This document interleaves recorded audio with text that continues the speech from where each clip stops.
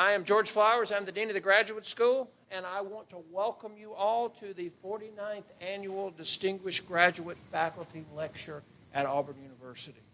As I look out across the room and see our previous faculty lecture honorees, we have several here, emeritus faculty, and many of our College of Veterinary Medicine faculty, staff, and students.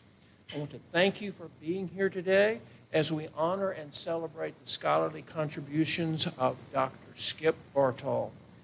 The Distinguished Graduate Faculty Lectureship began in the 1975-76 academic year. That doesn't seem like a long time ago to me, but it may to you, and is jointly sponsored by the Graduate School and the Alumni Association. Since its inception, the lecture has developed into a much-anticipated annual event that fosters a better understanding of the scholarly contributions made by our Auburn faculty. Nominations for the honor are solicited from the university's faculty, and the recipient is selected by a committee of graduate faculty members. The lecturer receives a monetary award from the Auburn Alumni Association, thank you, Kurt, and is recognized at Auburn University's annual faculty awards ceremony. So now I will recognize Dr. Calvin Johnson. He's Dean of the College of Veterinary Medicine, and he will introduce our 2023-24 Distinguished Graduate Faculty Lecturer. Thank you, Dean Flowers. I appreciate that very much, and I want to welcome all of you who are guests here to the College of Veterinary Medicine campus. It's a privilege to have you here on this very special occasion as we recognize one of our own faculty and the exceptional work they've done over the course of their career. Dr. Frank F. Bartol, who we all know as Skip Bartol, joined the Auburn University faculty in 1983, and he currently serves as Professor and Associate Dean for Research and Graduate Studies in the College of Veterinary Medicine. He's held that position since 2009. He earned the BS degree from Virginia Tech and the Master's and PhD degrees from the University of Florida. And he worked in the laboratory of Dr. Bill Thatcher, collaborating with a group that included Drs. Donald Barron, Fuller Baser, and Martin Drost, and many others in the interdisciplinary reproductive biology research program. As a faculty member at Auburn, Dr. Bartol continued to work very closely with Dr. Baser through a sabbatical at the Center for Animal Biotechnology at Texas A&M University. Dr. Bartol's research in reproductive and developmental biology focuses on identifying factors affecting and mechanisms regulating the development and function of the female reproductive tract in domestic ungulate species. Just as a point of explanation, ungulates are hoofed, plant-eating mammals. They include pigs, cattle, horses, sheep, and goats, and many other species. This research has implications both for animal and for human health, and it has led to the lactocrine hypothesis for a mother's long-term impact on the development of her offspring through factors secreted within the milk. The term lactocrine programming is now widely accepted by scientists working in developmental and perinatal biology and in medicine. The discovery has profound implications for basic reproductive physiology and applied aspects of agricultural production because, as we know, animal agriculture relies upon efficient animal reproduction. The impact of lactocrine programming on the general development of children is also being explored within the domain of One Health.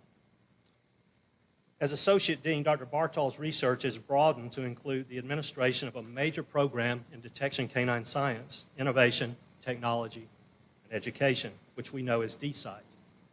He currently serves as the principal investigator on an intensive 5-year, $24 million project in canine detection science, funded by the U.S. Department of Homeland Security Science and Technology Directorate. In 2005 and in 2020, Dr. Bartol was named the Donald Henry Barron Lecturer in the Interdisciplinary Reproductive Biology Group at the University of Florida. He was awarded the title of Alumni Professor by Auburn University in 2009. And in 2017, the College of Agriculture and Life Sciences at Virginia Tech recognized Dr. Bartol as a distinguished alumnus. Dr. Bartol's impact goes well beyond this university. He is a founding member of the Alabama EPSCoR Graduate Research Scholars Program, which has awarded over $17 million in research grants to graduate students statewide since 2006. He is also a member of the American Association for the Advancement of Science, the American Society of Animal Science, the Society for the Study of Reproduction, and the Society for Theory of Genealogy.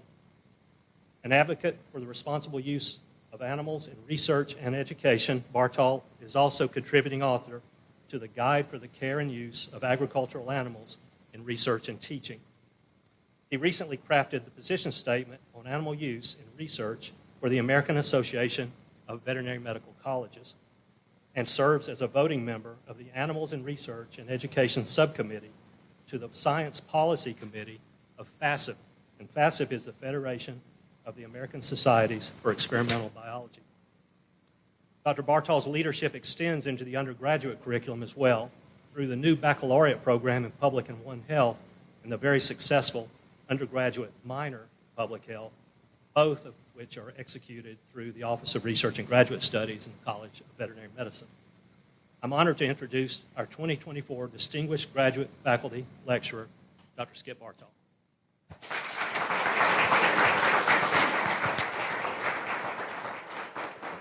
Thank you, Calvin. Wow, that's a lot. Thank you all for coming this afternoon. Now I have to figure out how to use this new pointer. It's one thing I didn't learn how to do along the way. So appreciate this. I am going to talk. I am by training a reproductive and developmental biologist. And so I want to begin by telling you a little story by way of a prologue to set the stage for the lecture that I sort of teased you with in the program today.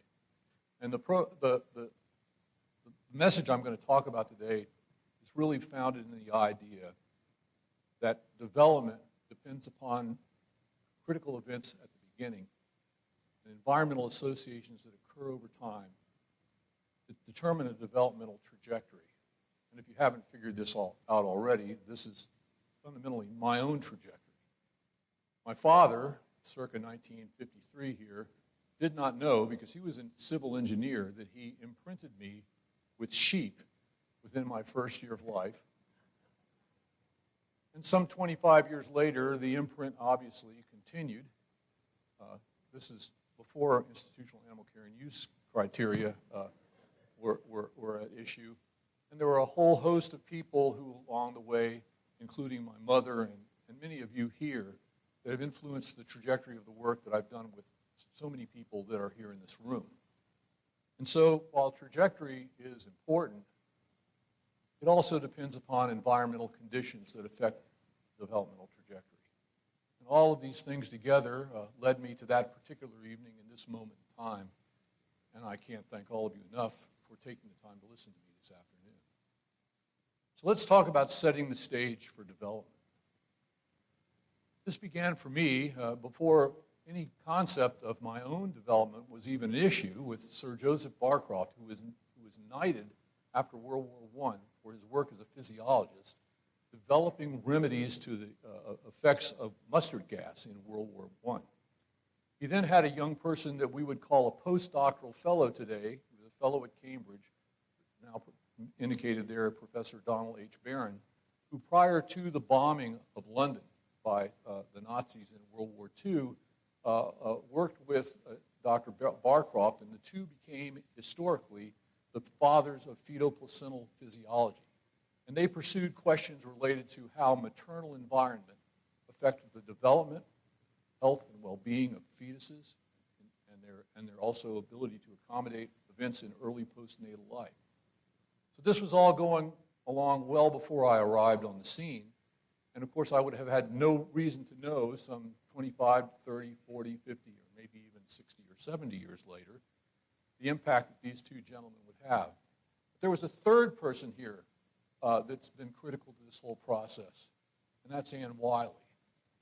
Ann Wiley became a research associate with Dr. Barron about halfway through my time at the University of Florida, and somewhere along the line, the two of us got married. So Ann is here today, smiling for the moment.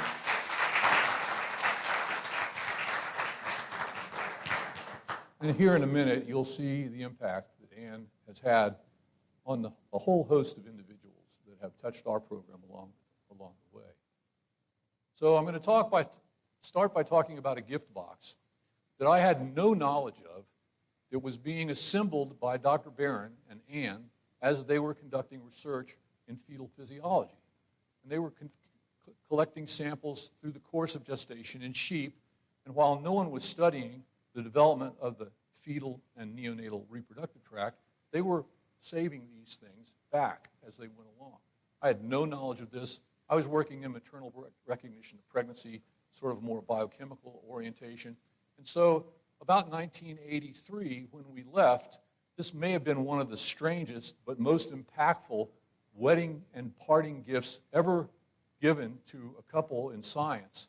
And it was done before the time that we would have had to have had a materials transfer agreement. So unbeknownst to me, a box with these tissues came with us. I still had no knowledge of it, to Auburn University. And Ann said, hey, you know, these tissues are in here, collected from fetal and neonatal sheep. Maybe we can do something. Again, I'd given zero thought to anything like this, but why not? We needed it. This was basically my startup package in 1983. Okay? And so, you know, having the startup package in place, we began to pursue this work. And there were a series of papers, and you'll notice this paper. That's my favorite picture of Ann and me, by the way, from about 1981. And that's Dr. Barron on the right. Sadly, this was the last publication that Dr. Barron would be a co-author on.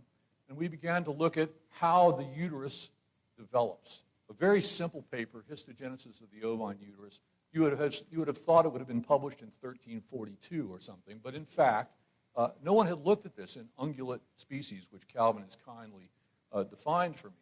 And so there were a series of papers by this team, again, Bartol, Wiley, and others. You may notice, some of you will notice some names on this paper, Wolf and Riddell, who are members of the faculty in what then was the Department of Large Animal Surgery and Medicine.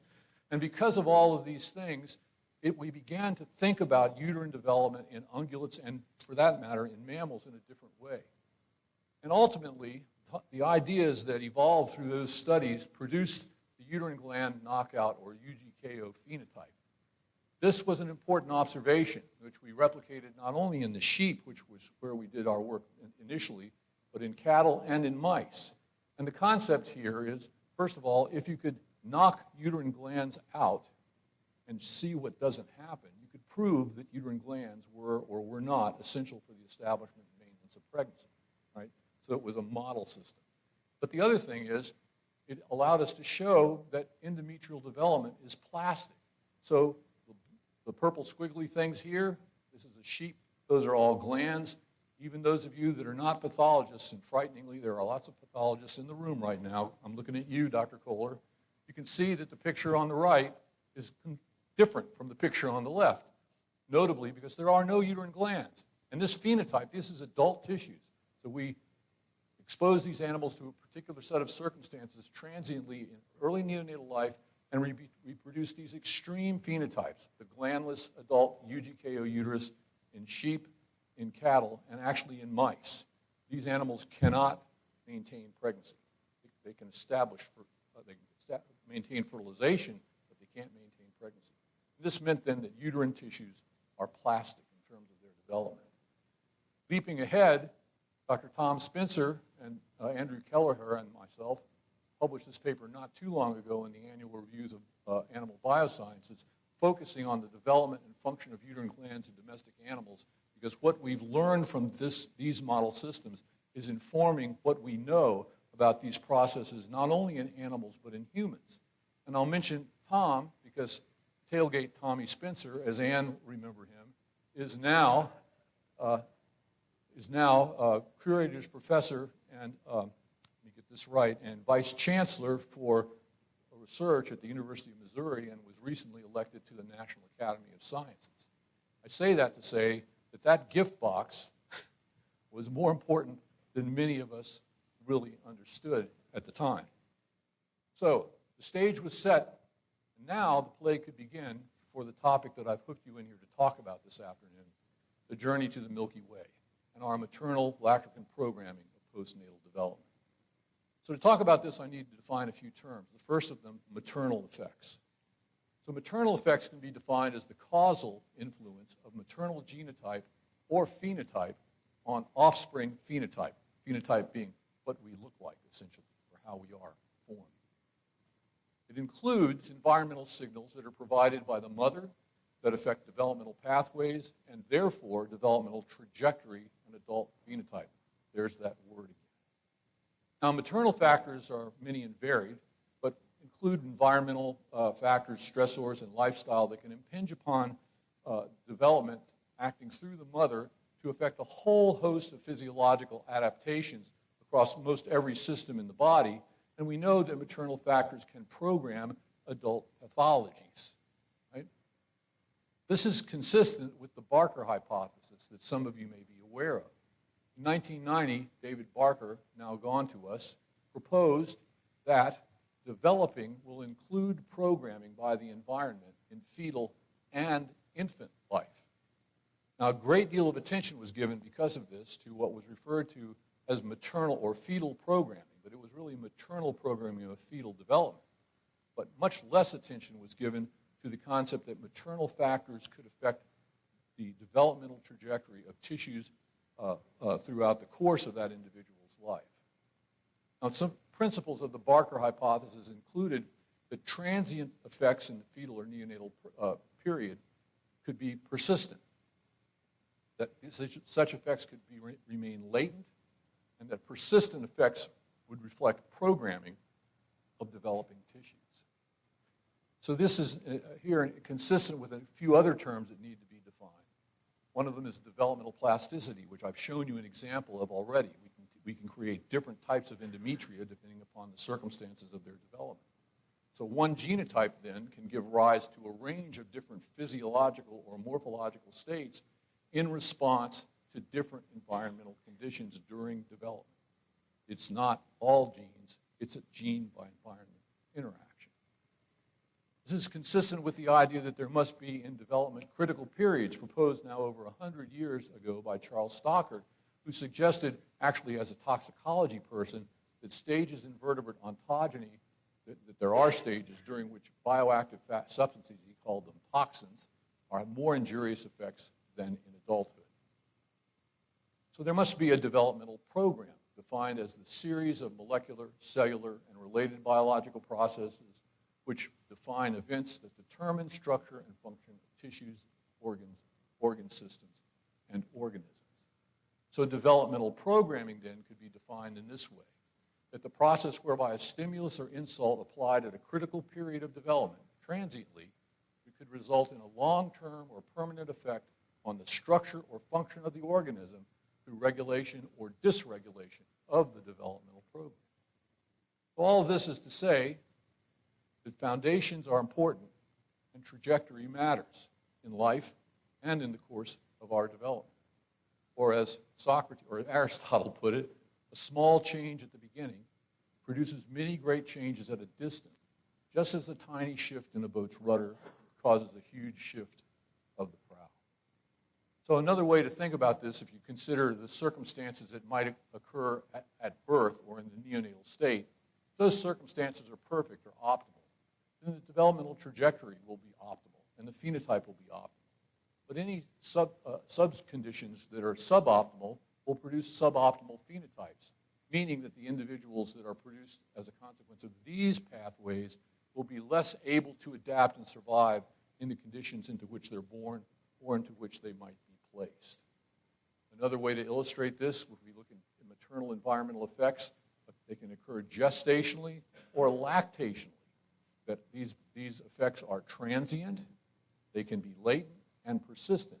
And today we're focusing on the possibility that disruption of lactational signals early in development can have lasting or persistent consequences with measurable outcomes in some aspect of reproduction, in this case, uterine functionality. So again, maternal effects certainly occur during gestation, but extend for a period of time through signals communicated from mother to offspring in milk. So, as Sir Joseph said, the stage is set before the play begins. We turned our attention to a slightly different model system. Among other things, this is a litter-bearing species, so you can count noses at parturition and determine how well you're doing reproductively, among other things. So this is a picture of uterine development in the pig and the sheep. But the point really here is that at birth, in most mammals, there's very little glandularity at birth, and then over a relatively short period of time, in the first week or two, glands begin to emerge. Remembering, and I'll show you this in a minute, glands are essential, remember the knockout model, for establishment and maintenance of pregnancy. So uterine endometrial morphogenesis, and the graduate student who did this deserves an award for a PowerPoint slide like this. Involves classic bud formation, tubulogenesis, coiling, and branching, form the uterine endometrium. And why this is important, because in adulthood, these glands produce cytokines, growth factors called embryokines, all of which are important, not to mention interactions between the developing conceptus and endometrium that are essential for the establishment of pregnancy, conceptus survival, and fetal growth. So in the pig, as I've mentioned, we can count noses at birth and make a measurement objectively, without any molecular biology or anything, right, about the maximum number of fetuses that can be carried to term, because you can count them. And that's not an unimportant observation there. So we began to ask questions about what are the factors that influence the course of development of the uterine wall, in this case in pigs. And over 30 years ago, the first question we asked was, are the ovaries involved? Because baby pigs are born with ovaries. And so we removed the ovaries in a group of animals at birth or not. And the solid line shows the ovary intact group, the dotted line, the ovary ectomized group. And obviously, there's a period of time here up to about day 60 when ovaries are not necessary for normal uterine growth. But at the same time, notice that the slope of the dotted line is also positive. And the endometrium is developing actually normally during those first month or so of development. So if we look even more closely at the same tissues at 24 hours postnatal or 48 hours postnatal, the little green dots mean the expression of estrogen receptor, which is a marker of a number of molecular markers of development. You can see that even as early as the first 24 to 48 hours, molecular events associated with development are already beginning to be expressed in these tissues in the absence of ovaries. So with that information in hand, we could ask some questions. What are the sources of this extra ovarian developmental support? What would be the consequences of disruption of that support? Are there critical periods during which disruption of such support could have consequences long term? And are therefore these events actually programming functional uterine capacity? So in a series of experiments that I have nowhere near enough time to explain, my good friend Dr. Carol Bagnell at Rutgers, her team, and our team conducted a study in which we identified, here's a mouthful, a lactation-dependent, neohormone-mediated feed-forward mechanism regulating endometrial gland genesis in the neonatal pig. What this meant basically was, as it happens in the pig, prorelaxin, or the peptide hormone relaxin, is present in milk.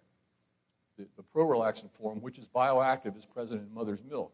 And if and only if baby pigs are allowed to nurse, immunoreactive relaxin can be found in their serum, where it's available to act upon its cognate receptor and induce downstream events which we demonstrated to be in place that are necessary for gland genesis. And so we had a model where a classic hormone was being communicated from mother to offspring, but this communication was not in blood. It was being communicated in milk. And so we arrived at the Milky Way. Because we thought about this, we realized that we couldn't talk about this process the way that one might normally do. And so we also thought about, has anyone else ever thought about the possibility that milk could have transformative powers?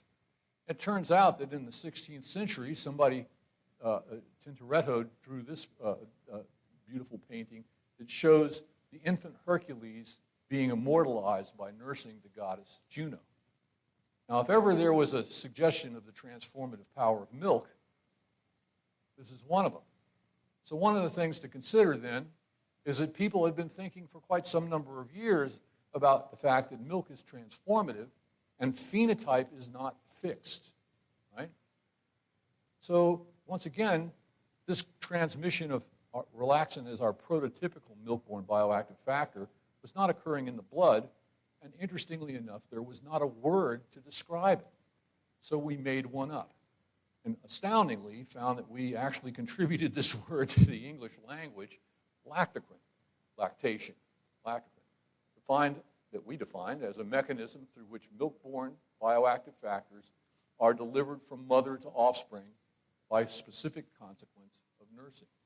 And then we proposed the lactocrine hypothesis, that disruption of lactocrine signaling shortly after birth would alter the program and trajectory of development with short-term organizational effects and long-term consequences for offspring phenotype.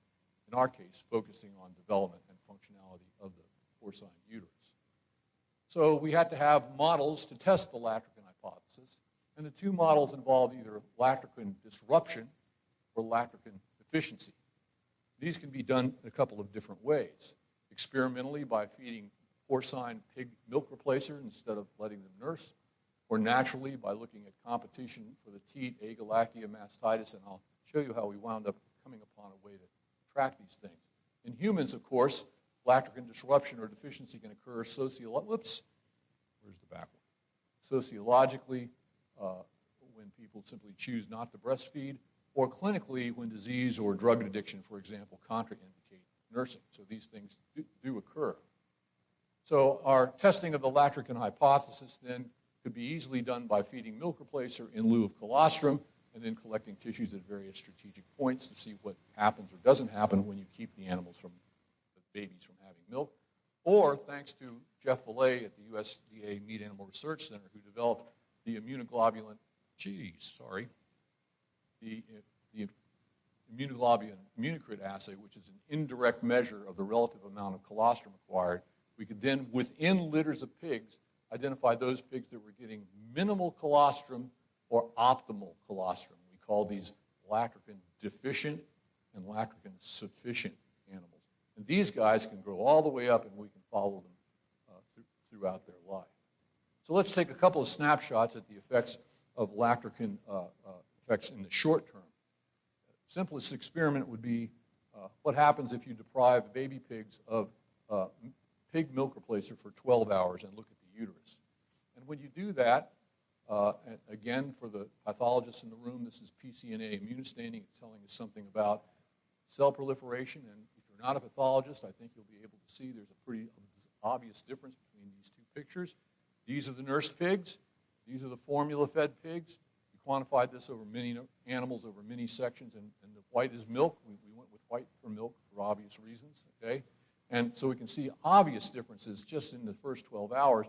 And we looked at a panel of morphoregulatory genes and genes that we knew to be involved in uterine development. And again, there was, I'll call it an advantage or a clear, consistent, higher expression of morphoregulatory genes in the milk-fed compared to the replacer-fed animals after just only 12 hours of feeding milk replacer. In this study, we looked at a couple of markers of development, uterine matrix metalloproteinase 2 and 9, and tissue inhibitor of metalloproteinase 1 at 48 hours, and we did this flip-flop experiment, one in which we looked at the age at first nursing. When did they first get milk? At 0 hours for 48, at a half an hour, and then 48 nursed, or at 12 hours, and so forth, and then the converse experiment. And what we found is summarized here. The delay of nursing for a half an hour did not affect uterine expression of these markers, and it also indicated that in the case of MMP2, not all products of the uterus are lactocrine sensitive, which is actually reassuring, right? And then also in the converse study, that nursing for 12 hours from birth supports normal uterine expression of these markers of uterine development. So from these types of studies, we could infer that lactocrine signals required for support of porcine female reproductive tract development, we saw similar relationships in the cervix, are communicated within 12 hours of birth, and that nursing for 12 hours from birth may be necessary and sufficient to establish a normal organizational program supportive of development. 12 hours may be enough. Exposure of these tissues to whatever's in colostrum for just 12 hours may set the trajectory right for what we're talking about here. And this makes sense because the concentration of milk-borne bioactive factors is highest within the first 12 hours. The gut is the leakiest and also has the active transport mechanism necessary to move dipeptides, tripeptides, and oligopeptides across the epithelial boundary there. So this would be a good situation to move bioactive factors from the blood across the gut to where it needs to be. So we looked at a number of markers of what's going on in these animals early on because we knew that there were important changes happening within the first 48 hours. Within postnatal day 2 in nurse compared to replacer-fed animals, we identified a uterine transcriptional, lactogen-sensitive uterine transcriptional matrix that you see here. We have almost 900 differentially expressed transcripts.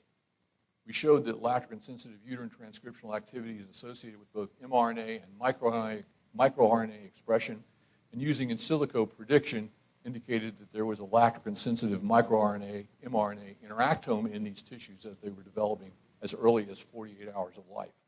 And looking at gene ontology studies, the cell processes that appeared to be associated with these relationships included things like cell signaling, morphology proliferation, tissue morphology, which made sense in terms of what we might expect to be going on. So we looked at the end of day 2. What about day 14? Gene expression was dramatically different at 50 hours after the onset of nursing and birth. By 14 days, these tissues looked dramatically different. This is a normal level of glandularity. The color makes no difference here. You can see all the glands compared to the replacer-fed animals. So these types of studies indicated clearly, to us at least, that imposing a lactic and null state for 2 days from birth alters the uterine transcriptome on postnatal day 2 and inhibits endometrial development by postnatal day 14 in the pig. Now, because of the immunoglobulin immunocrit assay, we could identify in large numbers of animals at the USDA facility those animals that were getting sufficient amounts of colostrum on their day of birth or insufficient amounts. And we could follow them through their lifetime and collect tissues early in the pregnancy around the time of maternal recognition of pregnancy, or count noses out here at the time that the baby pigs were born. So if we look at these same things, there you have the lactogen sufficient case and lots of endometrial glands, and the lactogen insufficient case with few endometrial glands. We looked at markers of uterine development, this work done by Tom Spencer in sheep. The purple indicates FOXA2, which is, if you don't have FOXA2, you don't get uterine glands. This has been identified in rat, human, sheep. In our work, ultimately, we looked at high and low crit animals. FOXA2 is expressed in the pig, and in fact, in the high crit animals, expression was higher. And you can see, once again, glandularity and the absence of glandularity in the low crit animals. Thanks to Dr. Juwan, who's in the room here somewhere. He looked at lactogen deficiency and the effects on the transcriptome in postnatal day 14. This is one of these hold your breath moments.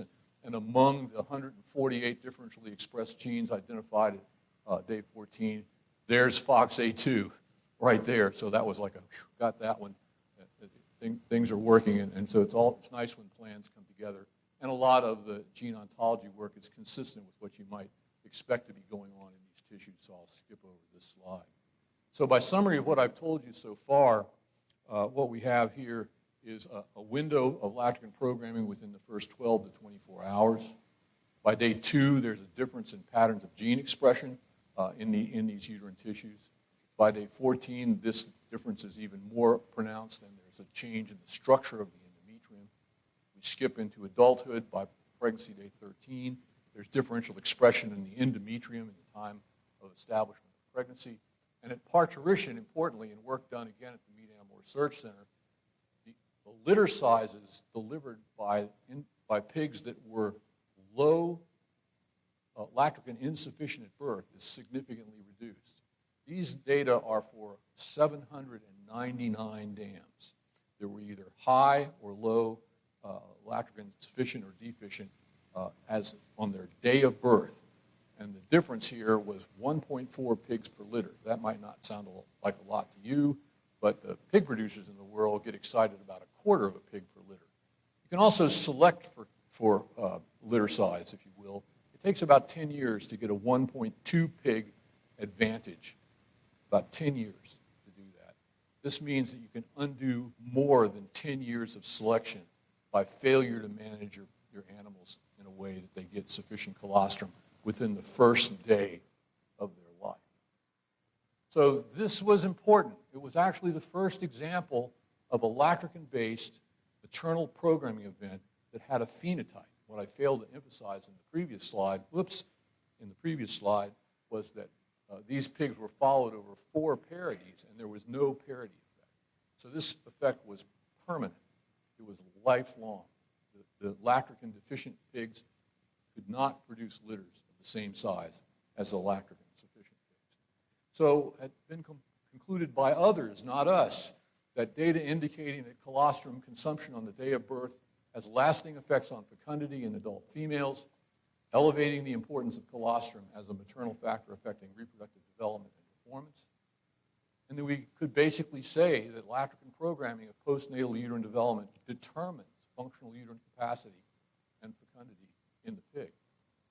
So rolling back to the Barker hypothesis, we have evidence that lactogen effects are persistent, can be latent, and ultimately reflect tissue programming.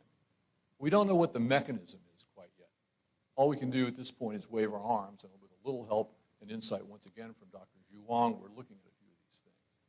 This gets back to the Waddington concept of the epigenetic landscape, where the course of development, rolling down a hill, what happens in terms of phenotype depends upon the landscape that the process of development encounters. So in one case, you have a normal endometrial structure, and in a different case, you have a less optimal endometrial structure in the lactogen null trajectory shown here. Some of the epigenetic molecular processes that could be involved here include those listed. We already have a little published data suggesting that functional non-coding RNA is important. We've looked at the mRNA, microRNA interactome, and it's hard to see here, but these patterns of interaction differ between nursed and lactogen null pigs. So there's a suggestion that the microRNA population may be involved. Dr. Wang has begun to do this remarkable work, and I owe him a paper on this. I won't belabor this, but these are pairs of animals that are either high crit or low crit, and he's done uterine DNA methylome base at base pair, a high base pair resolution. There's more to come here, but this will enable identification of differentially methylated genomic regions and also differentially methylated genes that may be affected by high or low or sufficient or insufficient lactogen signal. And so these two components of epigenetic mechanism may be implicated. And so I'm going to leave the pig now and turn to this situation. What about human milk? Human milk or nursing, it's known that infants that nursing protects them against infections, reduces rates of infant morbidity and mortality, reduces risk of later life metabolic disease such as obesity and diabetes, and that mothers that nurse show improved birth spacing and can be protected against breast and ovarian cancer and type 2 diabetes. And so the World Health Organization, the Academy of Pediatrics, recommends exclusive breastfeeding for 6 months of infant life, given that the health and circumstances of the mother will support that. Some years ago now, in 2019, there was a National Institute of Health's workshop on human milk composition, and this very complex slide summarizes that workshop. But what's really important here is the idea that human milk composition there in the green box can have consequences on maternal and infant exposures and outcomes. And among those exposures were expressed concerns for early life exposures and obesity and diabetes, and therefore the performance of the next generation of children, which has been identified to have national security implications. So that's an interesting thing that lactogen concepts would be now talked about in terms of the future of our national security dynamic. This workshop concluded with the idea that research initiatives on human milk in the United States and Canada have been limited. There are major knowledge gaps, and more needs to be known about human milk constituents and their function. So milk is more than food, as my friend Katie Hine at Arizona State says. This is a short list of some of the known factors that are present in milk. And of course, you can measure them, you can figure out how much is in there. But we know almost nothing about what any of these things do functionally, right? And there's more, which I won't go into today. But it's important to consider that milk-borne bioactive factors are maternally transmitted signals. And more than that, mom, whether she's a pig or a person, depending upon what she drinks, what she eats, what she's exposed to, could potentially be transmitting those environmentally bioactive factors in her milk to baby, with consequences there as well. We know almost nothing about how any of these dynamic things occur. And because of that, some years ago, right in the middle of the pandemic, there was called an expert meeting on lactational programming, which I was fortunate to have been part of. It was to have been held in Zeiss, supported by the Royal Netherlands Academy of Arts and Sciences, but of course that didn't happen. And so we had a massive online conversation about these things, which produced a publication in the Critical Reviews in Food Science, which to this date, since 22 when it was published, has received almost 14,000 views, based on altmetric score of 60s in the top 5% of research outputs that are scored by altmetrics. And one of the conclusions that came out of this was that lactogen programming, the process by which non-nutrient bioactives affect the developmental program of cells, tissues, and organs in nursing offspring, is something that deserves focus in the human condition.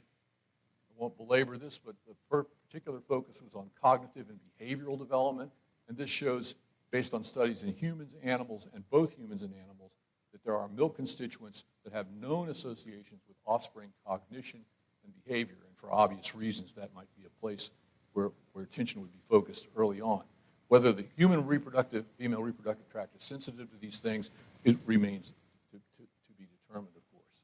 So among the conclusions that were drawn from this study or this group was emerging evidence suggesting that breast milk is central in nourishing, protecting, and guiding neurological development in humans, and that effects and mechanisms of lactogen programming on child cognition are beginning to be uncovered. So the lactogen hypothesis has legs. The idea that disruption of lactogen signaling shortly after birth will alter the program and trajectory of development with short and long-term consequences for offspring phenotype, health, and well-being is something that's now being considered globally and across a whole host of different animal model systems focusing on the translational potential to the human condition. A whole host of studies are being done, such as these illustrated here by Katie Hine on the left. What affects milk synthesis? Dairy scientists in the room will go, yeah, we've been doing that for 70 years, but here we go. How do these bioactives in milk affect the microbiome of the baby? How do these situations affect the development of the central nervous system and behavior? And how do mother-offspring interactions?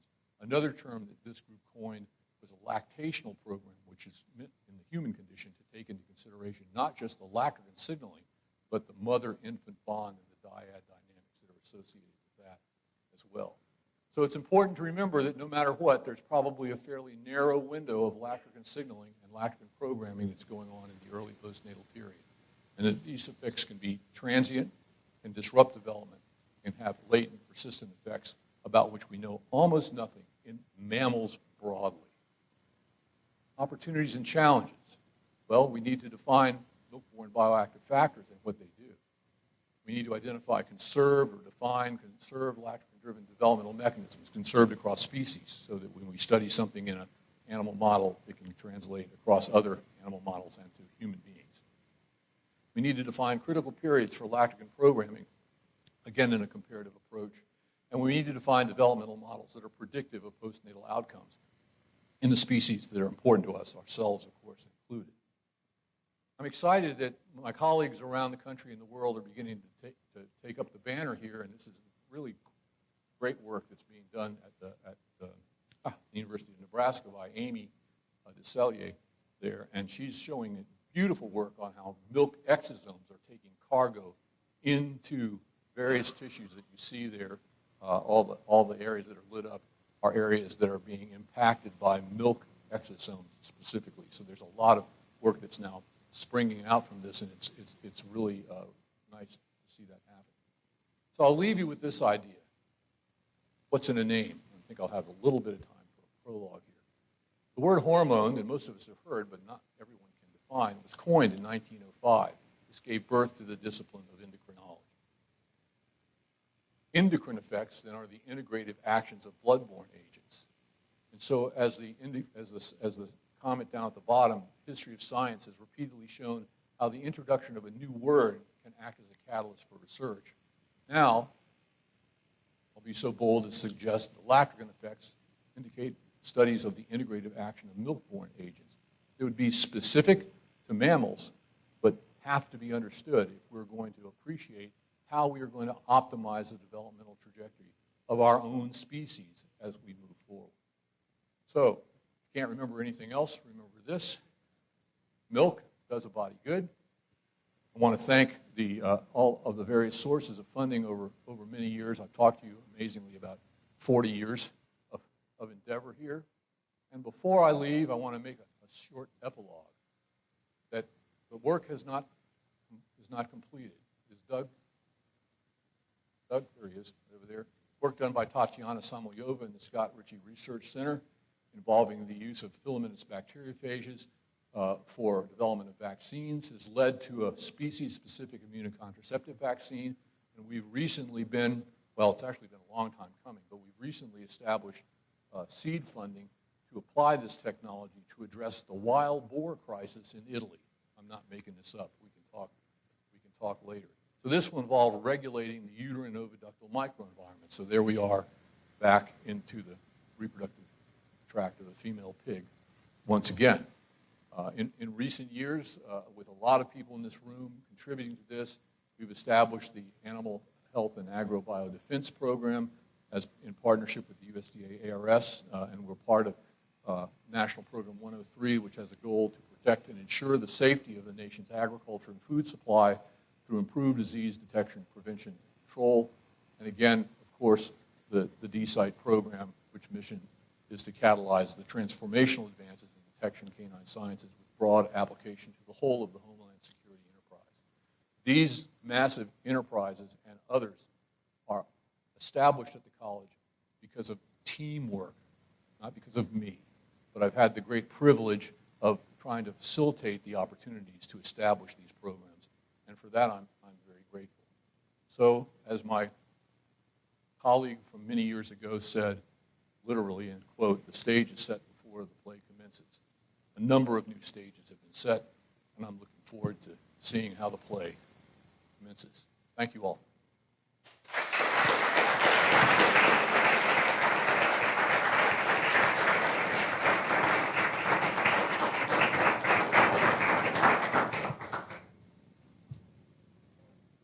Thank you, Dr. Bartol. I don't know where to go.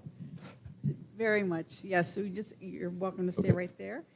You have had an incredible celestial journey with Anne. It's amazing. It has included incredible litters of academic and research adventures. So thank you. So we understand why and see why you're so well respected among your peers, among your colleagues, and among your students. So as the graduate school's partner and co-sponsor of this event, I want to introduce and welcome Kurt Sasser. He is the Alumni Scholarship Coordinator with Auburn Advancement for our award presentation. War Eagle. I have a really bad habit of utilizing words in my vernacular, my phraseology, that I have no idea what they mean. And it constantly gets me in trouble. So I'm very excited today, and I sincerely mean this. I learned a great deal from your presentation, but I also have added 3 new vocabulary words into my vernacular, and I'm really excited to try them out in a host of different scenarios. Can I share them with you? Is that okay? Anybody want to guess? Any guess? Lactocrine was number 3. Okay, lactocrine was number 3, which you invented the word, so I feel good about that one. Ungulate was number 1. Come on, guys, you are batting 1,000. The other one, he defined. I'll give you a hint. He actually defined it as a part of his presentation. Dr. Bartol. Body, come on, this is too fun. Phenotype. You're probably thinking, yeah, you should probably know that. And I would say touche. It's great to be with you. On behalf of Auburn Advancement and Auburn Alumni Association, we are honored to award you the 2023-24 Distinguished Graduate Faculty Lecturer for your scholarly contributions to graduate education at Auburn University. Now I get to present him a fake check. Dr. Bartol, will you come and join us?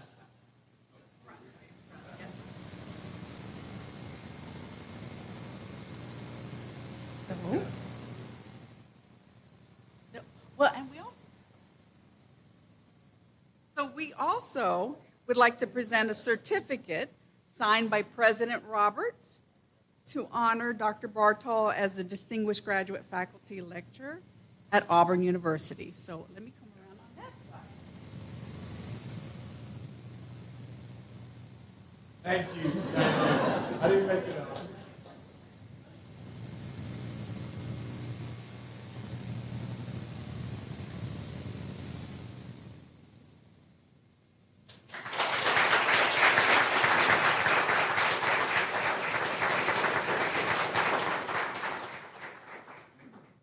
Again, on behalf of the Auburn Alumni Association, Graduate School, Dean Johnson, what a beautiful facility we are today, and especially you, Dr. Bartol. We were discussing this earlier. You are worthy of this honor. You are worthy of this celebration. You make us all proud, and I'm just very honored to be a part of it. We want to invite everyone to the lobby for some refreshments, and we'll take some pictures afterwards as well. War Eagle. Yeah. I forgot there's some certificate. Sorry about that. Great, you did great. I loved it. Oh, it was so good. I missed the classroom. I did my MBA after I started working for Auburn, and I just took a class at the time for 4.5 years, and this made me miss the classroom so much. And I really did. I'm saying it's just saying something. Yeah, that was wonderful. Yeah. So good. Really nice. Very nice. Very nice. Dean Flowers, enjoyed it. Thank you. Always thank you for partnering with you guys on this.